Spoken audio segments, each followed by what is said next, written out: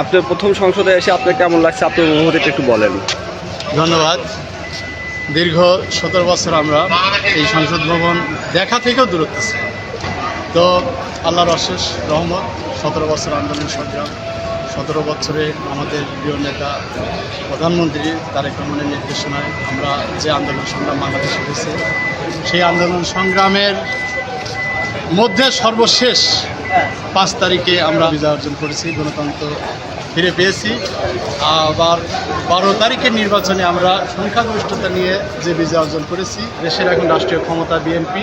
সংসদ ভবন এসে সংসদ ভবন দেখে আমি খুব মনোমুগ্ধ, মনের কাছে আত্মতৃপ্তি এবং একটা ভালো লাগার যে কি অনুভূতি মানে বিষয়। বিশেষ করে আরেকটা বিষয় ভালো লাগছে, আমার এখানে পাবনা জেলার মাননীয় প্রধানমন্ত্রী ফটোগ্রাফার রয়েছেন খালেদ হোসেন পরাগ, পাশাপাশি নাটোর জেলা আমাদের উত্তরবঙ্গের গর্ব অ্যাডভোকেট উনি হুইপ হয়েছেন, হুইপ মহোদয়ের সহকারী, একান্ত সহকারী আমাদের ছাত্র শামসুল আলম রনি।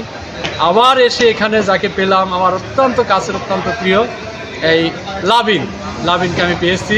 আমি খুবই আনন্দে আপ্লুত এবং গণতন্ত্র ফিরে পেয়েছি এবং গণতন্ত্রে নিয়ে দেশ চলবে, দেশ এগিয়ে যাবে। বাংলাদেশ স্বপ্নের দেশ হবে, তারেক রহমানের স্বপ্নের দেশ, আশা আকাঙ্ক্ষা পূরণ হবে, এটাই আমি কামনা করছি। ধন্যবাদ।